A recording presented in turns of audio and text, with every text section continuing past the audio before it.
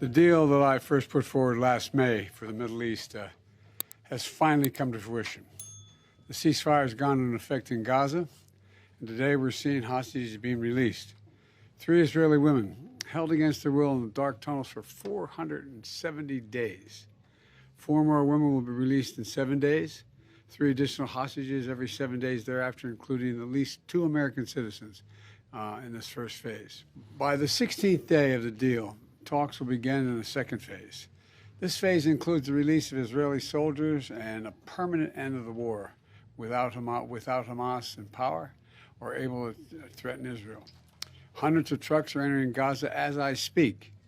They're carrying assistance for civilians who suffered enormously from the war that Hamas started on October 7, 2023, nearly 15 months ago. Today alone, we anticipate several hundred trucks will enter the Gaza Strip as I'm speaking. And after so much pain, destruction, loss of life, today the guns in Gaza have gone silent. I've worked in foreign policy for decades, and this is one of the toughest negotiations I've been part of. Many of you who followed these negotiations will attest that the road to this deal has been not easy at all, a long road. But we've reached this point today because of the pressure Israel built on Hamas, backed by the United States. Some said my policy of a firm support for Israel was relentlessly pursuing diplomacy, risked drawing America into a wider war in the region. I listened to those voices, many of whom I respected a great deal, but I concluded abandoning the course I was on would not have led us to the ceasefire we're seeing today. But instead, it would have risked a wider war in the region that so many feared. Just look across the region. In Lebanon, there's an opportunity for a future free from the grip of Hezbollah. In Syria, a future free from the tyranny of Assad. For the Palestinian people, a credible path to a state of their own.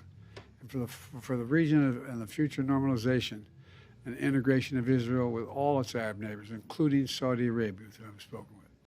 Today's ceasefire in Gaza and the release of hostages is a result of a principled and effective policy that we presided over for months. And we got here without a wider war in the Middle East than many predicted. And now it falls on the next administration to help implement this deal. I was pleased to have our team speak as one voice in the final days. It was both necessary and effective and unprecedented. So as we reflect on the news from Gaza today, we also remember all the victims of this war.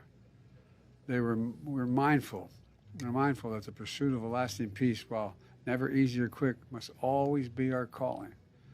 So thank you all for listening. May God bless you all. May God protect our troops. I'm looking forward to this deal being fully implemented.